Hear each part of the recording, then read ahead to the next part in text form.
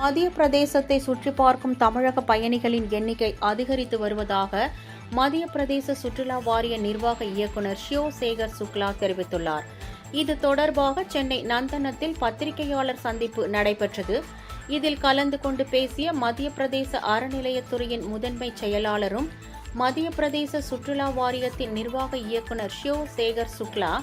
மத்திய பிரதேசத்தை சுற்றி பார்ப்பதில் தமிழக பயணிகளிடையே அதிகரித்து வரும் ஆர்வத்தை வெளிக்காட்டும் வகையில் நடைபெற்ற ரோட் ஷோவிற்கு ஏராளமானோர் வருகை தந்தனர் என்றார்.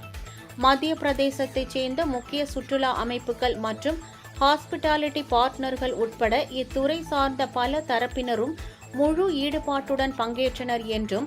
இதன் மூலம் ஒருங்கிணைந்த செயல்பாடுகளுக்கான வாய்ப்புகளை உருவாக்குவதிலும் மாநிலத்தின் சுற்றுலா சேவையை மேம்படுத்துவதிலும் அவர்கள் பங்களித்தனர் என்றார். மத்திய பிரதேச மாநிலம் வெறும் சுற்றுலா தலம் மட்டுமல்ல,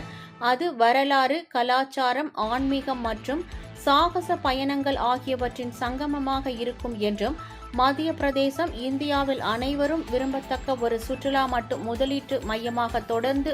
மேம்படும் எனவும் அவர் தெரிவித்தார். So Madhya Pradesh Tourism is organizing a road show today in Chennai, and we have come with our friends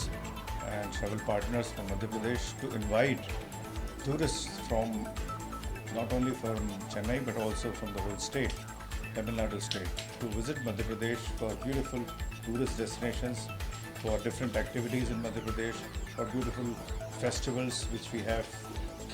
during the year, and of course the hospitality of very nice and hospitable people of Madhya Pradesh.